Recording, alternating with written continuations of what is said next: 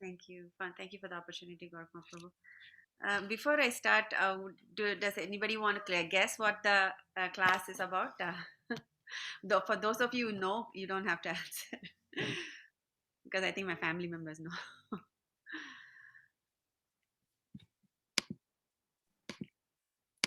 Um, it's surely a conversation with Krishna, Yeah. but there are so many conversations where Krishna is there. Could be Bhagavad Gita, could be from the 10th canto. Mm. Very good guess. Yeah, very good guess. Good guess, but you're not. So it's from the Bhagavatam, Prabhu. It's from Bhagavad. the Bhagavatam. Let's see.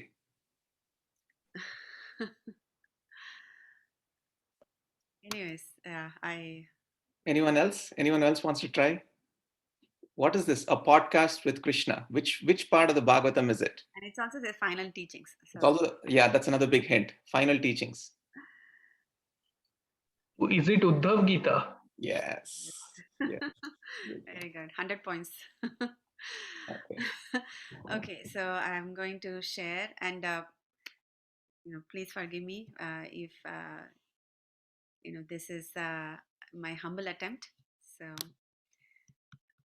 to cover something that's so major and so profound and so philosophical. So um, please let me know if you can see the screen. Okay. Um, okay. Let's start with the Mangalacharana praise. Om Ajnana Timirandasya Jnana Shanashalakaya Chakshurunmilitam Yena Tasmai Sri Gurave Namaha Namo Om Vishnu Padaya Krishna Preshtaya Bhutale Srimate Bhakti Vedanta Swami Niti Namine Namaste Saraswati Deve Gauravani Pracharine Nirvisesha Shunyavadi Paschatya Satarine जय श्री कृष्ण चैतन्य प्रभु नित्यानंद श्री अद्वैत गदाधर श्रीवासादि गौर भक्त वृंदा वांछा कल्पतरुभ्यश्च कृपा सिंधुभ्य एव च पतितानां पावनेभ्यो वैष्णवेभ्यो नमो नमः हरे Krishna Krishna Krishna Hare Hare Hare Ram Ram Ram Hare Hare First, a very happy Ramanavami to you all. So I just want to talk about the Uddhava Gita, but before that, I just want to see what intrigued me to start this topic. I've been getting this WhatsApp messages, every now and then saying that Uddhava asked Krishna some very tough questions before Krishna departed about why did he allow the Pandavas to play dice game, and why did he not come when Draupadi was almost going to be derobed, and so on, so many questions, and then Krishna methodically answers, and they were very profound answers. So I was thinking maybe it's going to be a very interesting conversation, and I thought that I could delve into it. And also, um, one thing is that my brother, who's also joined here, he heard the Bhagavata Saptaham. He actually arranged a Bhagavata Saptaham in his house not too long ago, and he was very impressed with Uddhav Gita. And so when I was asking, I was about to speak about some topic, I'm really not sure what to speak. He mentioned that why don't you speak about Uddhav Gita? So with the pondering question in my mind and his answer kind of merged into this my humble effort.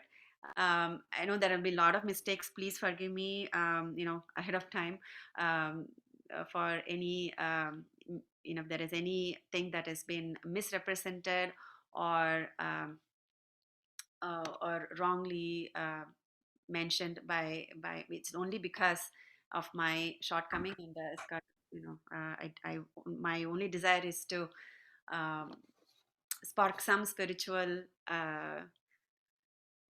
you know uh, add the value of spirituality to if anybody who hears it at a very very minuscule level. Okay, so the final teachings, the podcast with Krishna. So before we start, I want to mention briefly about uh, what is the scene before Uddhava and Krishna starts talking. So the demigods, headed by Brahma, Lord Brahma, approached Lord Krishna, requesting the Lord to return back to Vaikuntha. Now that the Krishna has performed all the pastimes and it's been well over 125 years. So in response to that, Krishna, uh, replied to Lord Brahma, saying that I do plan to depart, but before I depart from this material world, I need to dispatch all the yadus. Otherwise, the world will be destroyed. It is believed that yadus were millions in numbers, and just to educate them, there were 38 million teachers just for educating all the yadus. So, and these yadus uh, were incarnated into this planet along with Krishna to enable Krishna to have this pastime. And now that it's over, uh, Krishna wants to make sure that all of them go back to their respective planets. So, and Lord Krishna sent all the yadus to a place called Prabhasa Kshetra to enact the final pastime, where they will all be dispatched to their respective planets. Now, Uddhava came to Krishna at this point because Uddhava realizes that, okay, after this point, Krishna also would depart because all Yadus are already in their path to leaving this planet. And so Uddhava came to Krishna and approached Krishna to say, please, Krishna, can you please take me also with you, because I cannot bear the separation of of you once you're gone. And this is what the whatever Krishna's response to Uddhava is the conversation that happens after that is called the Uddhava Gita, and this happens in the 11th canto from chapters 7 to 29. It's about 23 chapters, well over 1,000 verses, and it's it's considered one of the most philosophical section of the Srimad Bhagavatam, one of the most extensive, longest, in fact, philosophical section of Srimad Bhagavatam. And so before we, see what Uddhava's questions are and how Krishna responds, as a podcast, because I started with this podcast, we have to introduce the speakers. So we'll know a little bit about both the speakers. Uddhava is considered to be a great exalted devotee in Dwarka. He is the son of Devabhag, brother of Vasudev. He closely resembles Krishna in physical appearance, in clothing, mannerism, and he's frequently mistaken for Krishna. That's why, if you remember in 10th canto of Srimad Bhagavatam, Krishna sends Uddhava to Vrindavan, and when the gopis saw Uddhava coming, they almost thought that Krishna was coming. But of course, later on, they realized it's not Krishna. And he is a disciple and student of Brihaspati, who is the guru of the demigods. So he is exceptionally brilliant, intelligent, and endowed with all knowledge of scripture. So there is no pretty much need for Uddhava to ask all these questions, but he is very compassionate to all the living entities who will be left behind, bereft of Lord Krishna after he departs from this world. So that's why he's asking all these questions that he's going to ask on behalf of all the living entities. Krishna takes him as one of his counselors. Krishna defers to Uddhava in complicated matters. So that's about a brief intro about Uddhava. And of course, we know, our dear Krishna, but let's see how Uddhava introduces Krishna. So Uddhava says, "Oh, my dear Krishna, your pastimes are supremely auspicious for mankind and are an intoxicating beverage for the ears. Tasting such pastimes, people forget their desires for other things. My dear Lord, you're the Supreme Soul, and thus you're most dear to us. Simply by decorating ourselves with the garlands, fragrant oils, clothes, and ornaments that you have already enjoyed, and by eating the remnants of your meals, we, your servants, will indeed conquer your illusory energy." So now, Uddhava asks his first question. Uddhava asks prayerfully to Krishna to take him back to his abode. And so this is when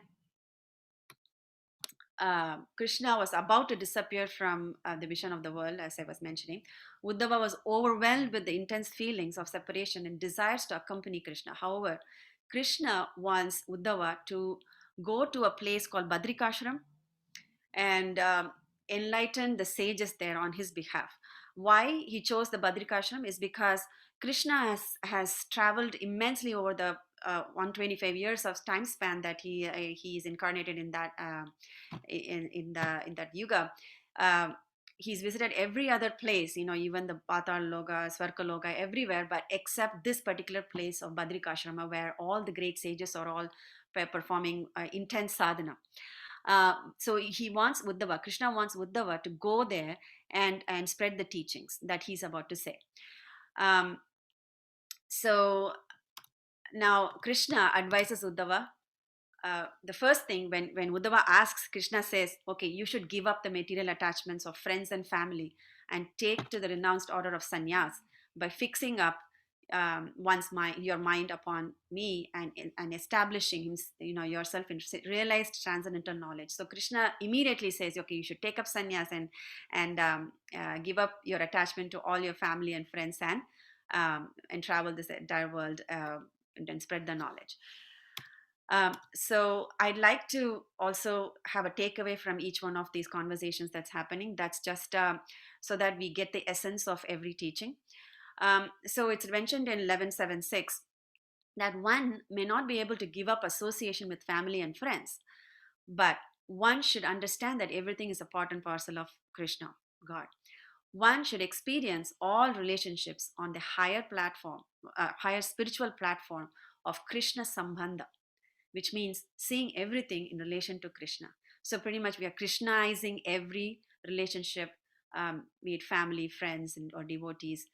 Everything has been Krishnaized. So it's like sannyasa is not literally giving up, but renunciation in the form of renunciation on material relationships and spiritualizing it is what Krishna is referring to.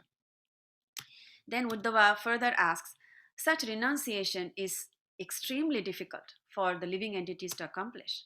My consciousness is merged in the material body. Thus, I'm thinking I am this body and all of these relatives are mine. Therefore, please instruct me how I can very easily um, carry out your instruction. So Uddhava is still not convinced that okay, renunciation of family and friends, okay, spiritualizing the relationship. So, but still, how do I do it?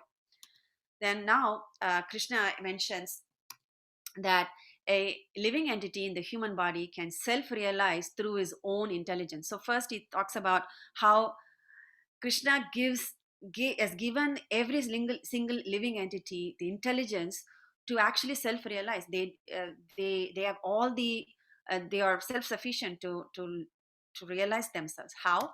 He explains it through an incident that he describes.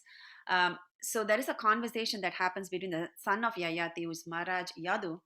Um, he once encountered a Brahmana, is an Avaduta Brahmana, because he was traveling here and there, and and it was very unpredictably, his actions were very unpredictable. So that's why it's Avaduta.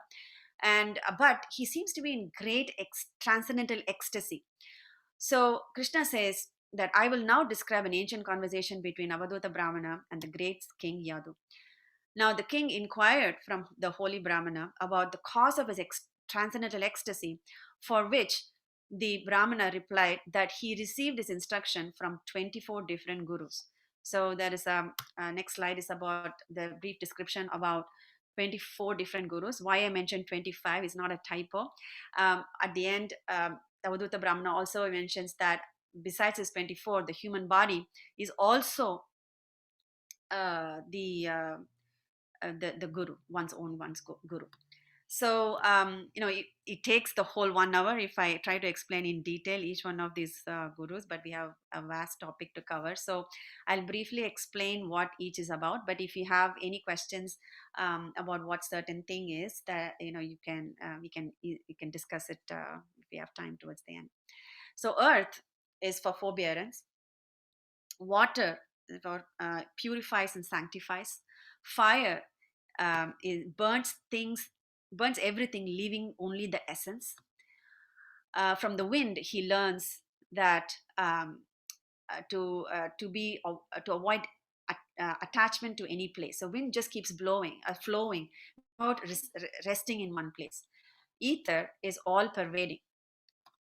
From the sun, he learns how to avoid entanglement, even while coming to contact with sense objects. From the moon, because of the various phases it goes through, the Avadhuta Brahmana learns that that even though the moon itself has different phases like waxing and waning moon, the body also goes through different different the birth and the death, but the soul is unaffected. So similarly, the moon is unaffected even though it goes through various phases. The ocean is perfectly still.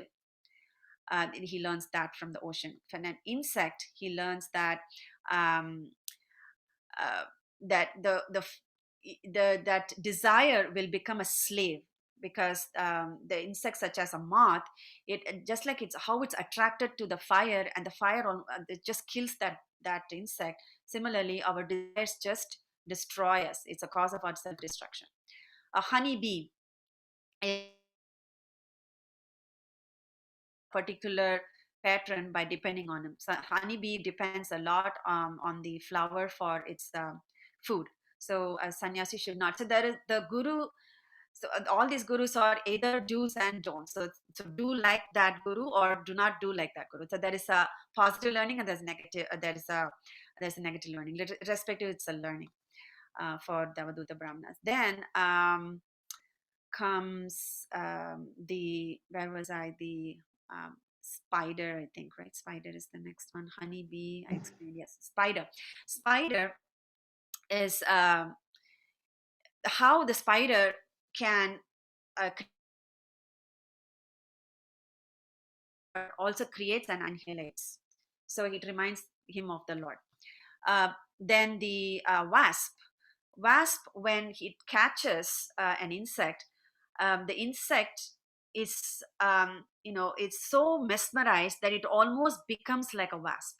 So this reminds the Avadhuta Brahmana that when we are attached to so many things materially, our subtle body gets those becomes those attractions. So with that subtle body, when the body is when leaves the soul, the subtle body is dragging the soul to wherever the desires are.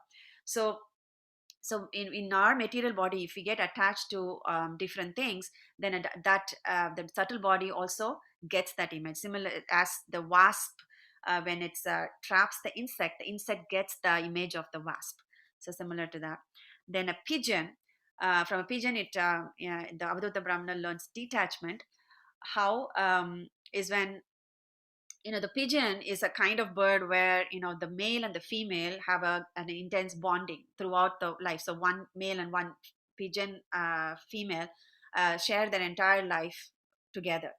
So when the female pigeon the male pigeon gets trapped by a hunter, how they suffer in terms of attachment with each other. So similarly, one is entangled with all the material attachments with the family and relationships. So pigeon teaches how to be detached. Then a hawk, when it catches its prey and is flying, a big bird you know comes in and tries to chase and catch the hawk. But looking at it, the hawk intelligently lets go of the prey, so that he'll not be chased by this big bird. So similarly, when we let go of our attachments, then we become free from all the material miseries. From the python, the Avadhuta Brahmana learns how to not over endeavor, meaning that the python is one type of snake where it doesn't go and tries to seek out for prey, its prey. The prey comes to its mouth by accident or whatever, and then the python opens the mouth, and then the food goes in. So without any endeavor, the python has this food. So similarly, without any endeavor, the sannyasis whatever comes to them, whether they get the food that day or clothing that day or the shelter that day, accept things for whatever whenever they come, just like a python. That's what the Brahmana learns. Then an elephant would be to desire.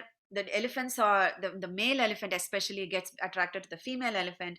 So and the skillful hunter usually, creates the smell of a female elephant to trap the male elephants.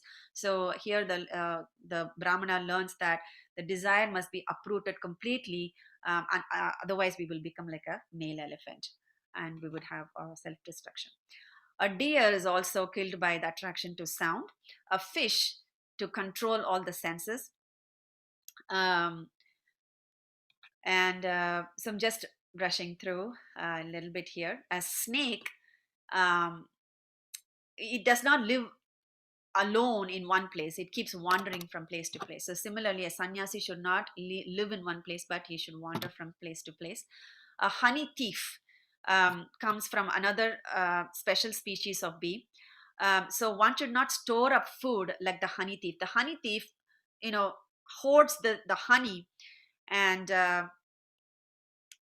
so that it's for future use, but then it does not realize that somebody else comes and steals the honey from the, either be the hunter or some other another some other bee comes and uh, steals the honey from it. So we should not store more than what we need, um, and live for that moment. Of course, this is for the Brahmana. It applies for the Brahmana.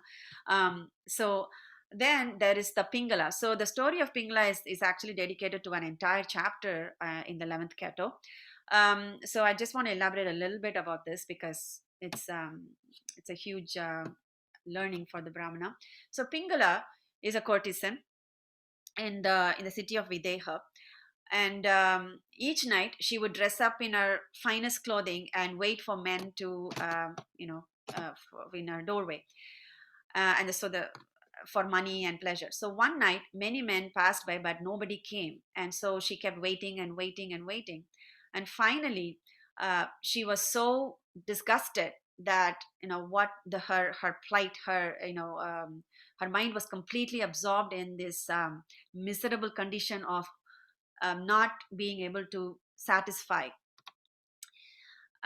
So then she had a enlightenment at that point, that she realized that she did not need the attention of others for happiness and sadness, um, but from but if she relies on on God and takes shelter of God, then um, she would uh, she would live a disciplined life, and also she'll be self-satisfied, and she will not need to depend on others for her happiness and satisfaction. So that's the lesson that the Avadhuta Brahmana learns from the Pingala.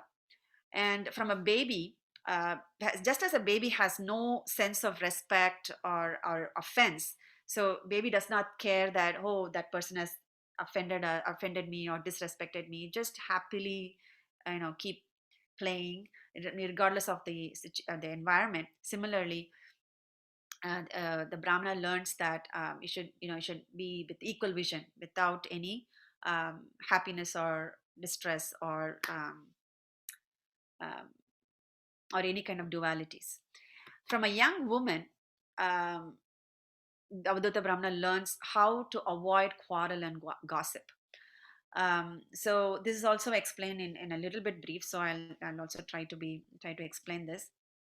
Once a girl was of marriageable age, was alone in her house, and her family members just stepped out to get something from the market or something, and suddenly there were a family arrives who was supposed to be the family that the girl was supposed to get married to, married and be sent off to. So the girl seated the guests and then went into the kitchen to cook some nice preparations for the guests. Now she was having bangles in her arms, and she was trying to make grain, like make a flour out of rice. So usually what happens is, they have this wooden mortar, and then they try to use the pestle, and it's a huge process where there is a pestle and a mortar, and we have to pretty much grind the grain by hands. Now when she was doing that, all her bangles were making a lot of tingling noise. So she thought out to herself that if they hear this clinging noise, then they may think um, that this household is very poor, that they could not even afford a maid servant or a cook to cook their meal.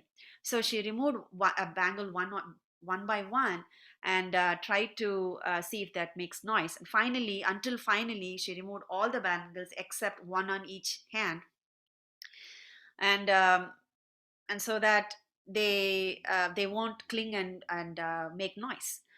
So the Avadhuta Brahmana, well, the lesson he learned from this is, if there is more than one person that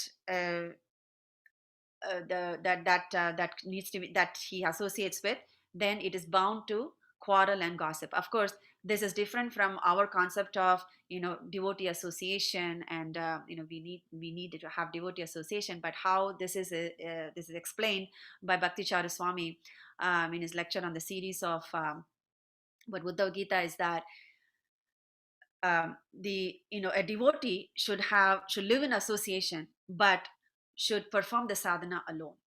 So just like we go to a temple, and Maharaj explains, but just like we go to a temple and chant with others during the japa time, even though we chant in the association of devotees, our chanting, our sadhana is still internal, is still alone. So similarly, we should be alone internally performing a sadhana, but externally we have to be surrounded by the association of devotees. And finally, the arrow maker. From arrow maker, the Brahmana learns how to be should be absorbed in our sadhana. And then he added that there is a 25th guru, which is its own body. It teaches one how to be detached. So these are the 25 guru that Krishna explained to Uddhava from the conversation between the Avadhuta Brahmana and King Yadu. The lesson from this is, one should fix one's consciousness in the spiritual platform of detachment by simply observing the creation of God. So all of these um, are given to us so that when we see these elements in our day-to-day life, we remember these gurus, and that will make us remember Krishna. So always the point is to always remember Krishna. So that is the lesson from this.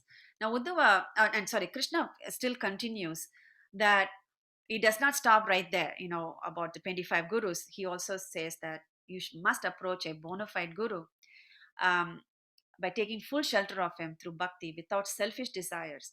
Um, and such a spiritual knowledge destroys illusion from the material blocks.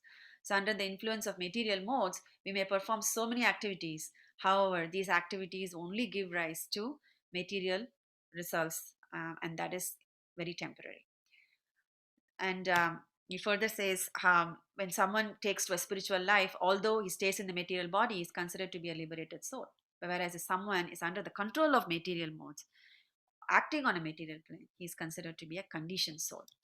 So the lesson from this conversation is that to become free from material attachments, one must approach a bona fide guru with faith and affection, and be eager to serve and receive knowledge of God from him.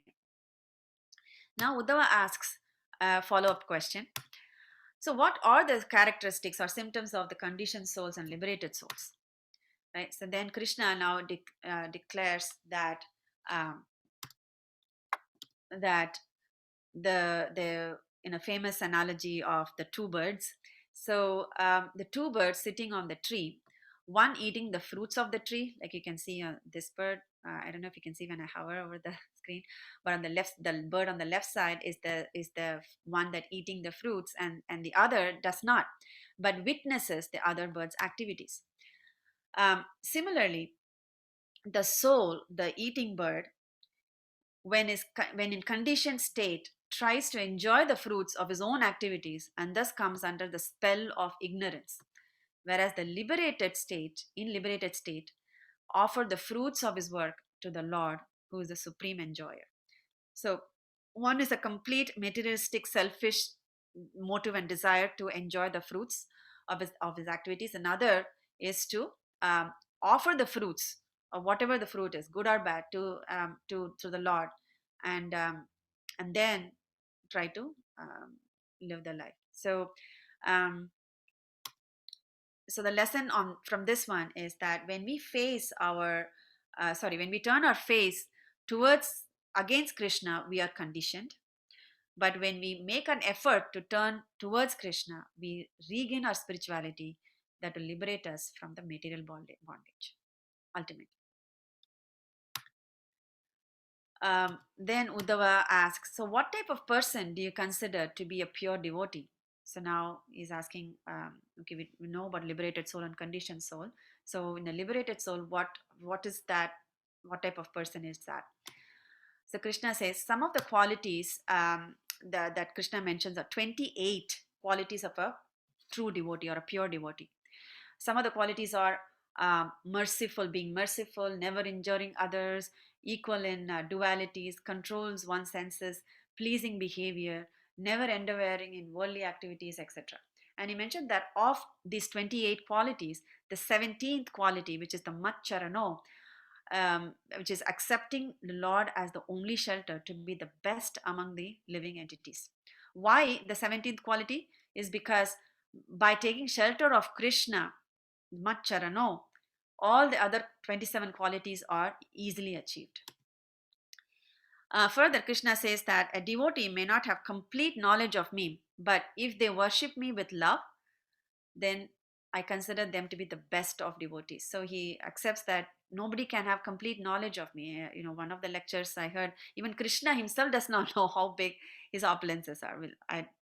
Uh, I'm not sure the authenticity of that statement, but how can, so that is just made to say that how we insignificant living entities try to know completely about Krishna. Nobody can know completely about Krishna. That's the relationship that we have to understand between that statement.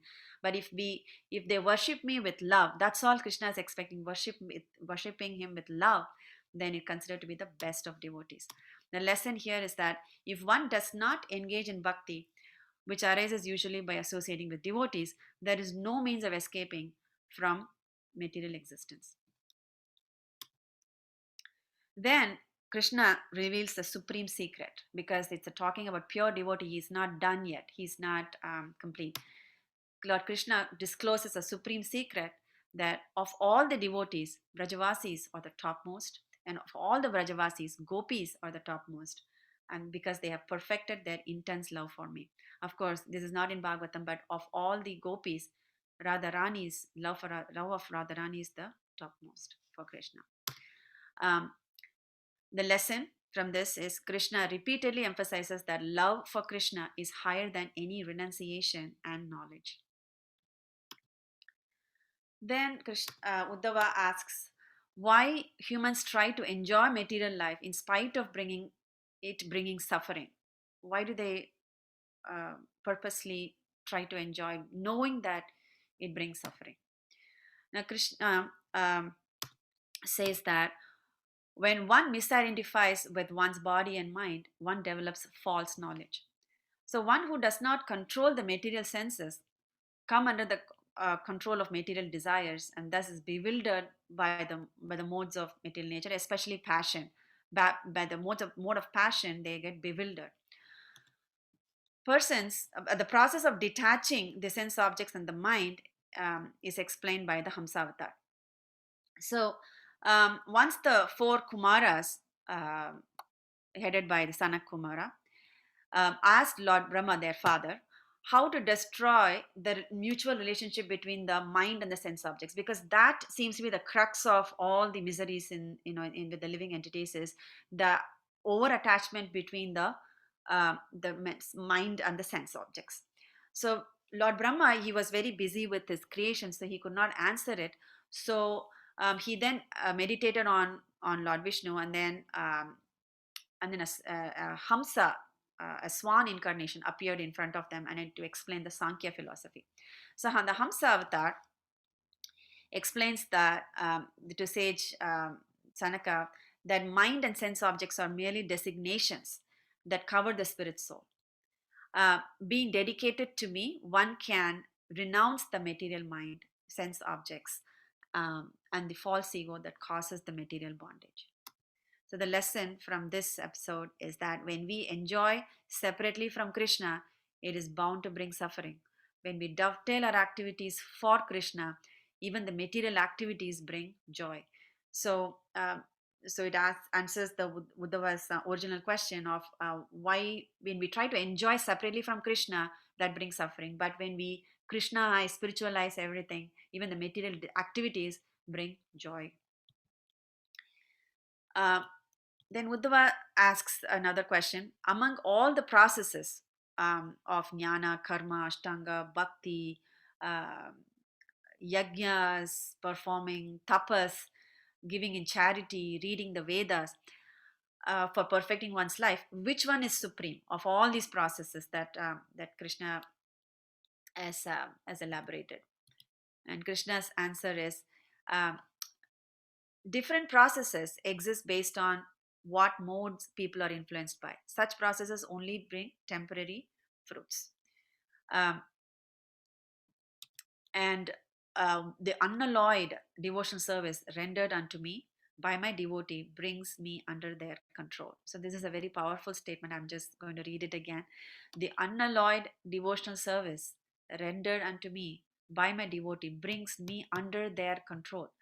So something that brings even Krishna under control is the unalloyed devotion service. In other words, um, the the love for Krishna. The love for Krishna. Krishna himself surrenders to that devotee. I cannot thus be controlled by those engaged in mystic yoga, Sankhya philosophy, pious work, Vedic study, austerity, or renunciation. This is explained in 11, 14, 20. Then Uddhava asks, O Lord Krishna, you mentioned that we should tolerate offenses by others. How do I understand this? And Krishna speaks of about a story of the famous Avanti Brahmana. So a rich Brahmana is doing, in commerce, and is extremely miserly, lusty, greedy, and angry. So he's devoid of any karma or dharma, and so his family and guests disrespects him. So he's so eventually his family became inimical to him, that he lost and he lost all his piety.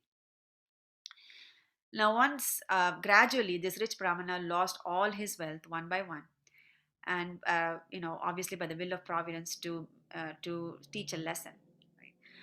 Because he didn't have wealth, his family members did not respect him, and they left him alone, and so he started wandering, started contemplating about his situation, and realized um, that in all the stages of wealth there is anxiety. uh, the three stages of the wealth are: one is in acquiring state, there is anxiety of uh, doing more work to the work brings anxiety of whether I will get the required wealth or not.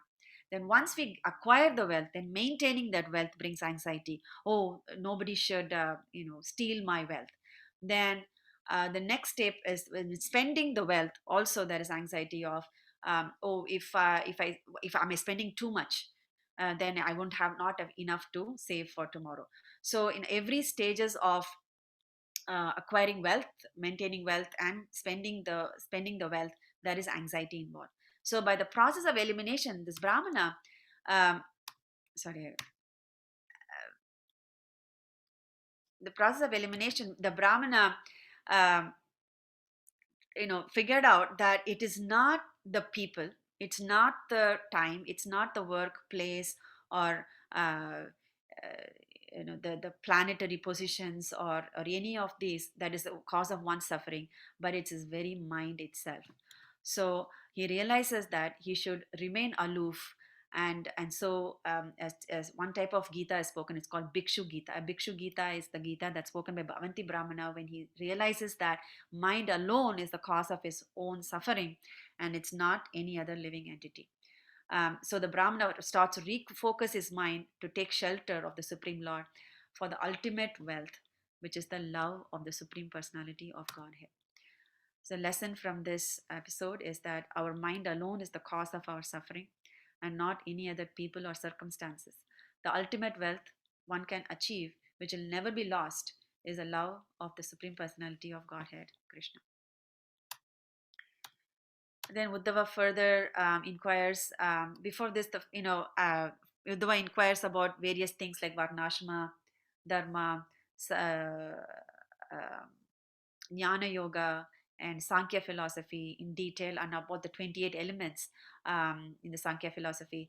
But I did not cover this because I think that will take you know many hours to explain. Then the finally lands onto the process of deity worship. So Uddhava asks, please elaborate on the process of deity worship. Um, so Krishna answers that deity worship can be done according to one's time, place, and circumstances.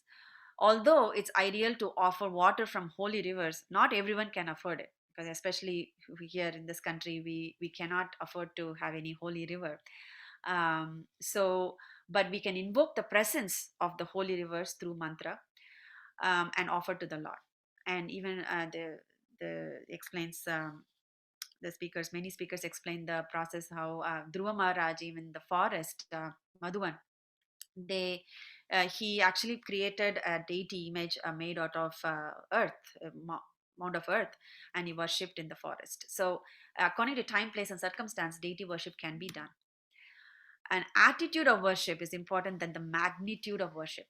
What this means is that if one develops pride over his opulent offerings, then the Lord is not very pleased. Whereas if one offers even a leaf with love, the Lord is very pleased. And ultimate goal of the deity worship is to perform devotional service without fruitive results, without asking for Krishna for material things in return. Krishna explains how to also clean oneself, like internal and external cleansing, various items used to decorate the Lord, such as jewels, garlands, clothing, etc., and offering bhoga to the Lord and offering arti to the Lord. All of these processes in is very detailed explanation is given in this chapter. And the lesson from this is that the ultimate goal of life is Krishna himself. Love for the Lord is the highest bliss. Then Uddhava asks a concluding question. Can you recommend something very easy for people to follow in the path of bhakti? So this is like the final teaching of Krishna um, in his before he left. So the question is, how how can we make it so easy for people to follow this process of bhakti? Because we know that bhakti is the supreme now among every other process. So how what are the process to make this bhakti a simple process or easy process? So Krishna says, one who sees their mind to always remember me is considered the highest. So Krishna again, this is very similar to in Bhagavad Gita, where Krishna says, if you can do this, it's better, but if you cannot do that, at least do this much. And then so he keeps going down. So similar conversation happens here. So first he gives the highest is similar to what the gopis of Vrindavan were doing, be it sweeping the floor or thrashing the grains or milking the cows. They were constantly remembering Krishna. So that constant remembrance is the highest. But if one cannot do this, one must use their intelligence to acquire knowledge by reading scriptures. So if you cannot use the mind to remember me, at least use your intelligence to remember me. Remember Krishna. So one must use their intelligence to plan for Krishna conscious activities like reading scriptures and analyzing and understanding the scriptural studies. If one cannot even do this, one must engage their senses in his service. Engage your hands by doing seva, your legs by walking by taking pilgrimage and walking to the holy places. Eyes by absorbing in the deity form, um, and so on. So we all know the famous pastime of our Lord Ambarish, where he uses all his senses in the service of Krishna. Um, one must take to the association of devotees, and bhakti is best practice in the association of devotees.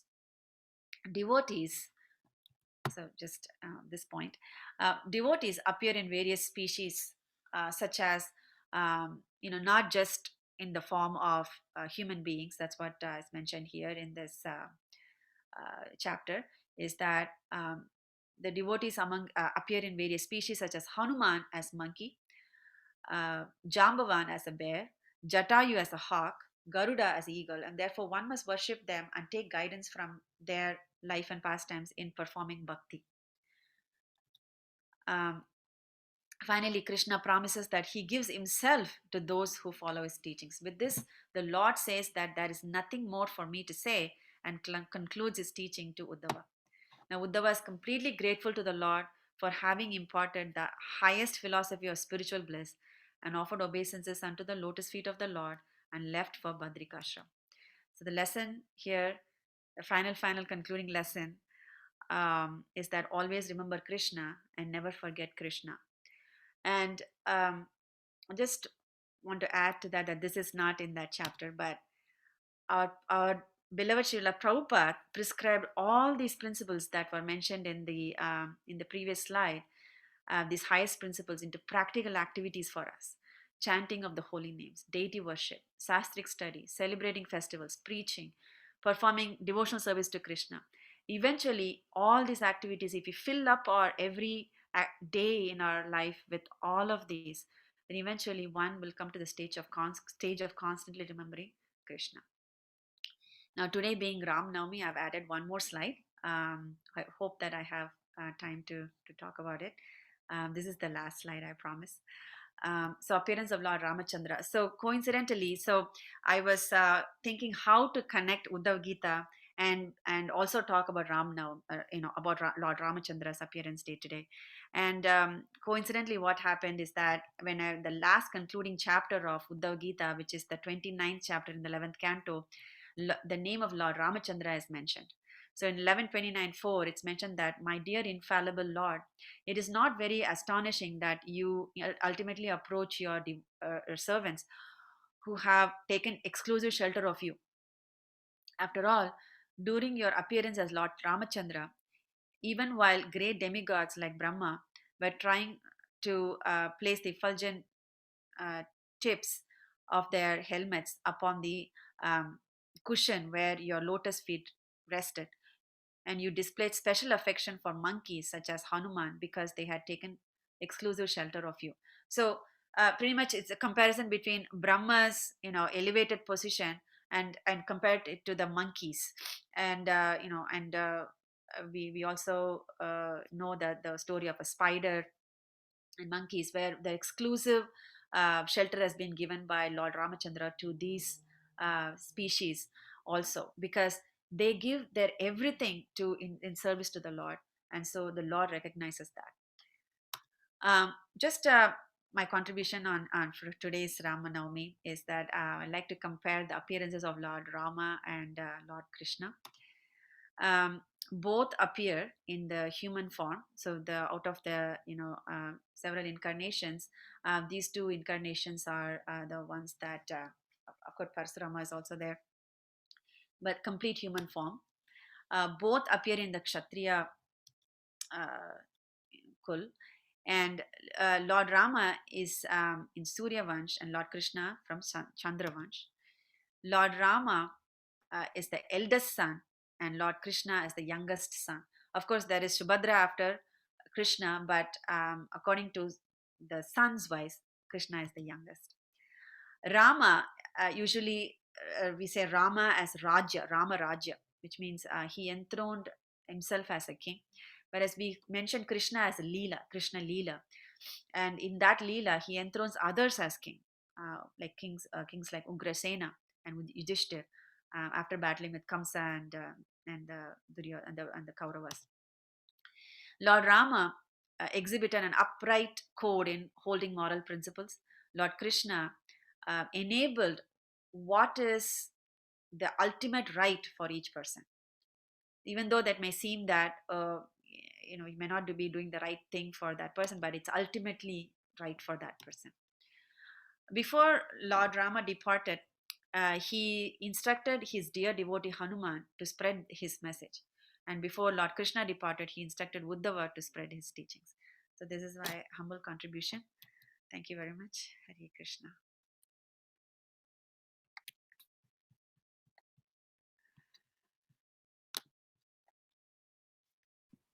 Wow, that was a power-packed class.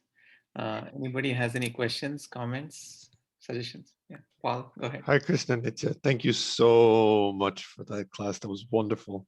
I really enjoyed the individual lessons from each slide. It really, the encapsulating the nectar from each point was wonderful. And that the rhyme of the attitude is more important than the magnitude. That I think can just be applied to so many things. I can't wait to tell Andrea. Andrea's going to watch this tomorrow. She was telling me before she went to bed, but I can't wait to tell her in the morning. I think that she's going to love that. So thank you so much, and wonderful. Thank you. Hare Krishna, Nitya Mataji, Dandavat Pranams. Wow.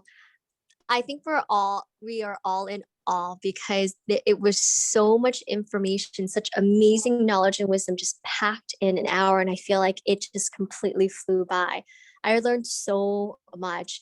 What I appreciate so much also is that you didn't just say mechanically put the information and presented it.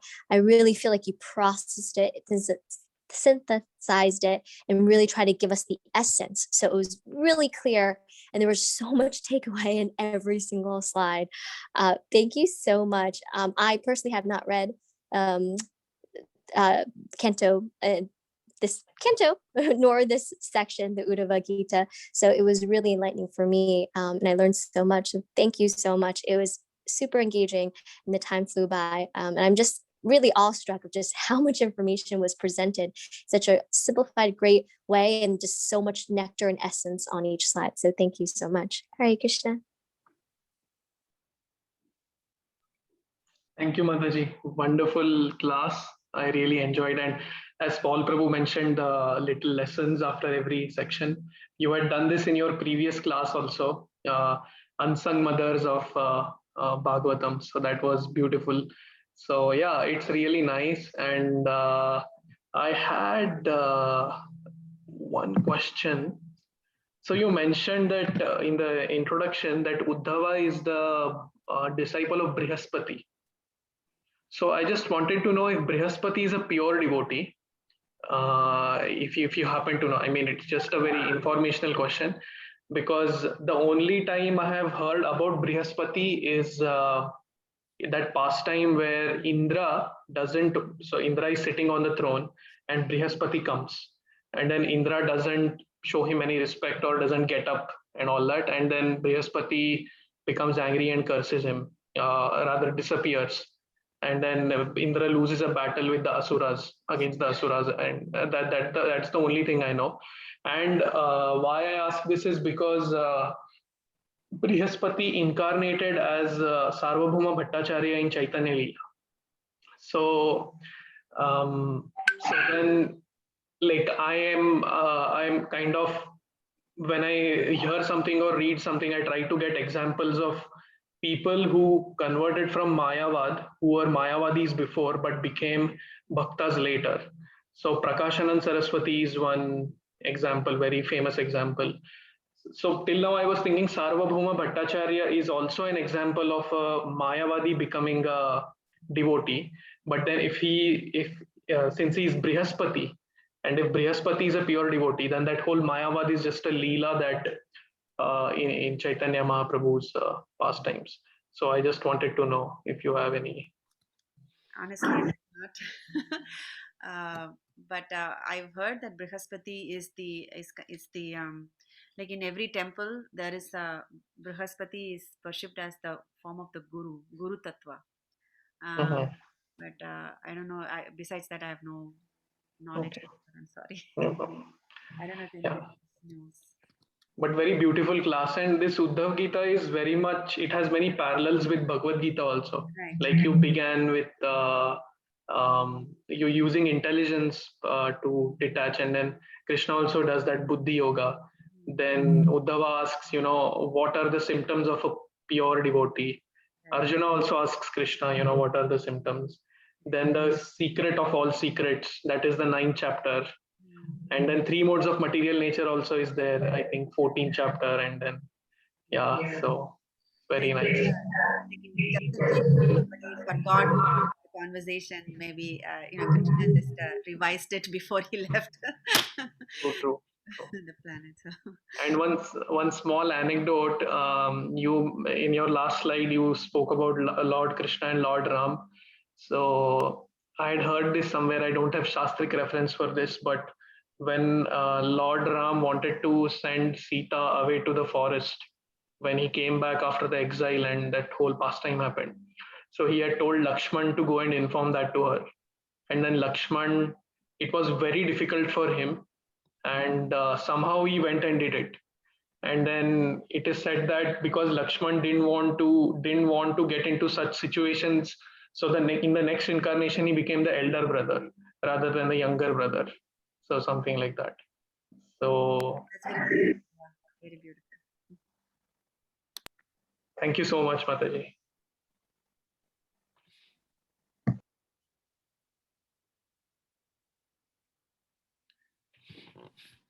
Anyone else? Or Hare Krishna Mataji, thank you so much for this amazing class. It was like a revise of whole Uddhav Gita, and then like all the 25 gurus and Avanti Brahma, and the comparison of Krishna and Rama avatar in the last that how Lord Rama is like, he gave the perfect example, and the Krishna is like ultimate good for everyone. So that was so amazing. So I had one question with respect to the one of the gurus, that the tinkling of the bangles of the that girl. So Mataji, up to what extent like we can take that teaching? I mean, how we can see it implemented in our real life? Like, I mean, so even if we are devotees, like it's not that we are all pure devotees. So there will be that tinkling of bell. So how should we take that lesson? Correct. So the same question was asked to Bhakti Charu Swami when he was giving the Uddhava Gita series right before he left for US in last year, actually. And then he came to US, and then we know what transpired after that. Actually, so what Maharaj mentioned was that so when we have a friendly relationship with somebody, and if we have the more than one case of the tingling of the bangle happens in the friendly relationship, that may lead to gossip. But if you have an inimical relationship with somebody, then that may lead to quarrel. So um, so the gossip and the quarrel is what we should avoid, is the essence of this from this guru. um, as long as we don't uh, have these extreme things affect us, like as long as we maintain cordial relationships with all the devotees, whether it is be it a friendly relationship or an inimical relationship, if we maintain a balance instead of gossiping and quarreling with each other, then that's good. And what also Maharaj mentioned was that um, when we as devotees, we cannot be without association. We cannot remove the bangles in pretty much, right? We cannot say, okay, I'm going to go to the, I'm going to live alone, or I'm going to go to the forest or the mountain and then just perform my devotional service. That is not what is prescribed for us. We the devotees association is the most prescribed by everybody on from Srila Prabhupada onwards. Everybody prescribes that as the most effective for advancing in bhakti. So how do we do that? How do we do associate with devotees and as well as be alone? Is explained from the example that I mentioned, is that when we are in association with devotees, we can still be alone in our sadhana. We can still be strong and perform sadhana alone internally we are alone, externally we are with the association of devotees. I don't know if I'm making sense. We can associate with devotees, but internally we should be so strong that we actually put a fence around us and be alone and perform the sadhana, so that nothing bothers, that nothing gets affected. So that is exactly what Maharaj was explaining. um, I think Gorkma Prabhu also listened to that class. I don't know if I'm expressing it correctly or not. That was perfect. It's yeah, external versus internal. Bhakti is a very internal process ultimately, but externally also, Maharaj talked about association in terms of we should not seek association where it can be gossip or rumors or something which will affect or become an obstacle in your bhakti, in your path of bhakti. The association should only help you go deeper or raise your consciousness more. So that is the goal. If the association is not helping you do that, it's better to take off those bangles, just like how that little girl was doing. So it's something that we have to closely monitor and see if the association is helping us grow towards Krishna, is helping us raise our consciousness. If not, it's better to take those bangles off so that we can go more internal and just focus on our bhakti as an internal path. So yeah, I think you answered that very well. Thank you. Thank you so much, Mataji Prabhuji. Anyone else? Any other final? So happy Ram Navami, everyone. Thank you all for being here. I just wanted to mention a couple of things. So the Bhagavatam, of course, has 18,000 verses. The Ramayana has 24,000 verses. It is said that the entire Gayatri Mantra, the first letter of every 1,000th verse of the Ramayana, if you string them together, you would get the Gayatri Mantra. So it has been verified also. And so Nitya has actually verified it also. So that is the first letter of every 1,000th verse. So the Gayatri Mantra is actually 24 letters. So that is that. And then regarding your point, Jitendra Prabhu, there is only one place in the entire Ramayana where Lord Ram addresses Lakshman as Prabhu. So this is the point where Lakshman is actually grieving that, I've lost my father. So Lord Ram tells Lakshman, you may have lost your father, but I have not lost my father. So Lakshman is a little bewildered. Ram, how are you saying this? We both have lost our father. It's not that your father is different from my father. Then Lord Ram says something that just like how my father would take care of me, you are actually taking care of me in this during this exile. So he appreciates Lakshman so much. And that is when, and this is also in relation to your point, Jitendra Prabhu, that Lakshman became Balram in the next incarnation. So this is one place where the attitude of gratitude is shown even by the Lord. Even Lord Ram is appreciating the service that Lakshman is doing towards him. So just wanted to share that. Beautiful point, Prabhu. Thank you. Amazing point, Prabhu. Thank you. Any other thoughts? Anyone else? Yeah. Vishal Hare Prabhu. Krishna Mataji. It was amazing class. As Jitendra Prabhu mentioned, like last time, you gave unsung mothers of Srimad Bhagavatam. So I remember you said like without Mother Vartika, we wouldn't have Shukdev Goswami or Srimad Bhagavatam. And without Mother Diti making sacrifices, we couldn't have devotee like Prahlad Maharaj. And I feel like without Mother Nitya, so who would have spoken this class to us? So it was like so beautiful. And I have a question based on all the lessons that you said. So can we like expect from Krishna to take care of us, or can we like expect from Krishna to reciprocate? I know like we hear from there is Shiksha Ashtakam, like 8th verse, where Mahaprabhu says like, Ashlisya Padartham, like you can crush me, or you cannot appear in front of me. And they are like Marobi, Rakhobi. So it is like very selfless. But I feel like, can we expect to Krishna to reciprocate or to take care of us?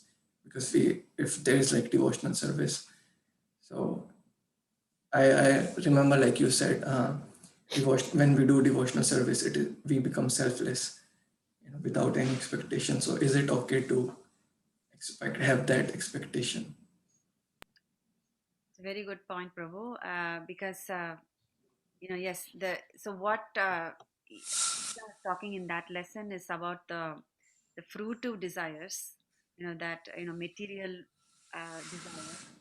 Um, but it is. I think Krishna would appreciate also this kind of a longing, that that Krishna, please help me, so just like Prahlad Maharaj also, he was like, Krishna will protect me, Nrsingadev appears, right? So he came, he's like Abhat Pandava, he just came to and when Prahlad Maharaj was praying, he was not thinking that there was not even a doubt in Prahlad Maharaj's mind that he will not be protected. He's put into so much distress, so much um, miserable situations, um, and I felt like, in my own life, I remember telling the story to this audience some time ago, um, that when I took Radha Kripa to a park, this was last summer. There was a huge thunderstorm, and all of a sudden it was 80 degrees 5 minutes ago, and we did not go planned. It was in mid-May, and we didn't. I did not. I was alone with her, and I did not take any umbrellas because it was clear skies. Nothing happened. 5 minutes later, there was a huge thunderstorm, uprooted trees left and right of us. And at that time, there was, I could not say, oh Krishna, I do whatever you want. I cannot be like that. you know Please protect me, because I need to live to serve the family, or whatever, for whatever reason. We are souls, we are not. I felt very what do you call, helpless in that situation, and everybody has this different types of helplessness in various points of time in their lifetime, right? It may not be so dramatic that there's a thunderstorm hitting lightning on them and so on, but there are helpless situations, and immediately, it's not because my devotion is pure that Krishna helped. It's just that I was just so helpless, and there was no other way that anybody could have helped. And but I felt the protection, I felt the love of Krishna at that time. There was immediately gave shelter, and so many things happened. I think I'll explain probably in a different situation. I think I explained it in the Menti Sangha, I think, briefly. Yes, yes. uh, Yes. so it is okay to ask for help. It is okay to in a helpless situation to reach out, and that is those moments are, I cherish those moments uh, very much, rather than saying that, oh, I'm a very high, high profile devotee, I will not ask anything from Krishna. I don't want to be like that. I want to be always longing for Krishna's protection, is what is my humble answer for that. I'm okay to be like that. I want to be like that. I want to be dependent on Krishna. I want to be helpless so that I can think of Krishna. I think it's okay. Yes. Thank you, Mataji. Just want to say, like, yes, you are high profile devotee. I know. No, I'm the lowest of the low, Prabhu. I just wanted to add one small point to what Nitya said. So she mentioned that it is completely okay, and we should call out to Krishna when we are helpless. But I also want to mention like how she summarized. So always remember Krishna and never forget Krishna is the ultimate lesson that we have to take. And in that particular point of always remembering Krishna, it is okay to always expect Krishna's love. It is okay, especially between the gaps. So at the time of surges, if you have to remember Krishna at that helpless point, you have to be able to remember Krishna during the gaps between the surges. So it takes constant training, constant endeavor on our part, and it's totally okay. It's totally okay to expect that reciprocation, that love. You may not get it though. You may not get it until the final moment. There are several examples like Prahlad Maharaj, and because it's Ram Navami today, I just want to talk about Jatayu a little bit.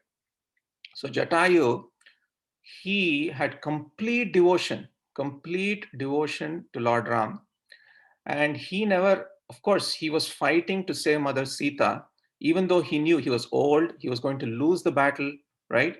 He knew that it's a lost battle, he was going to lose, but he still endeavored, kept chanting Lord Ram's names during the fight, entire fight.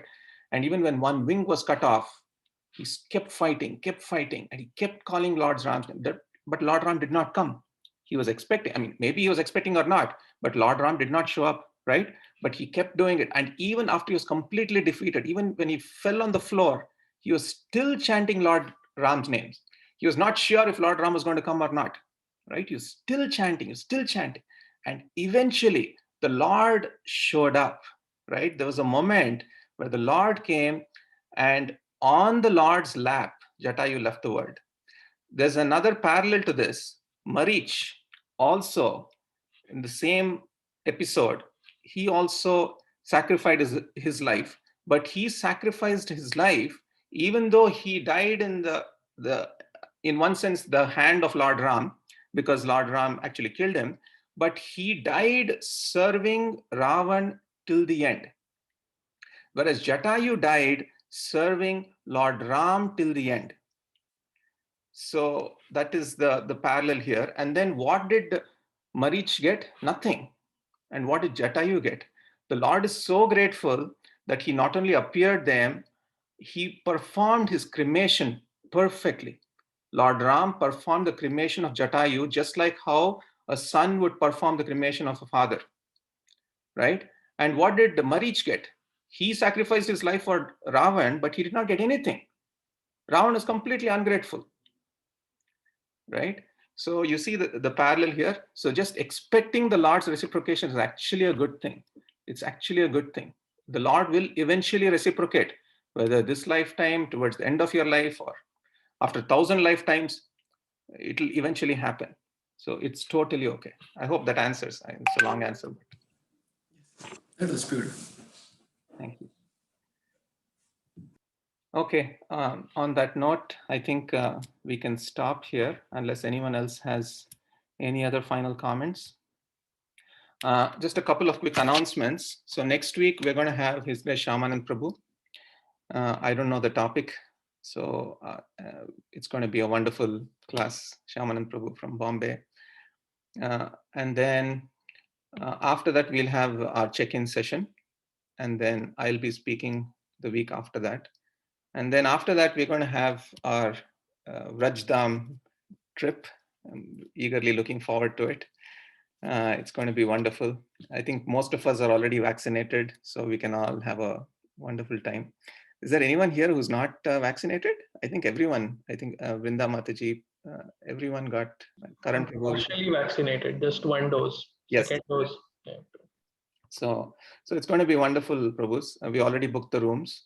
So it's going to be a wonderful trip. So that's it. Yes, sorry, go ahead. We need to start planning. Yes, we need to start planning. Yes.